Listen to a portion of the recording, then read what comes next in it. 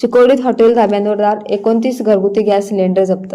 चिकोडी शहरातील विविध हॉटेल व धाब्यांमध्ये घरगुती गॅस सिलेंडरचा अनधिकृतपणे व्यावसायिक वापर होत असल्याची माहिती मिळाल्यानंतर तहसीलदार राजेश बुरळी यांच्या नेतृत्वाखाली शुक्रवार दिनांक 21 ऑगस्ट 2026 रोजी विशेष धडक कारवाई करण्यात आली।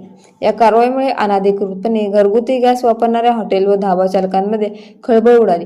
कारवाई दरम्यान शहरातील विविध हॉटेल व धाब्यांची तपासणी करण्यात आली। यावेळी व्यावसायिक कारणासाठी घरगुती गॅस सिलेंडरचा वापर केला जात असल्याचे आढळून आले।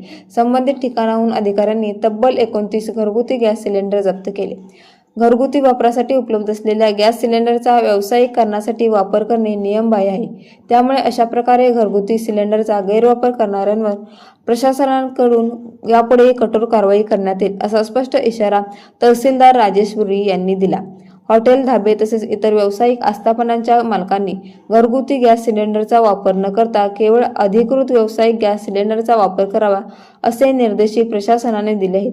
नियमांचे उल्लंघन करणाऱ्यांवर संबंधित कायद्यानुसार कारवाई केली जाईल असेही प्रशासनाकडून स्पष्ट करण्यात आले।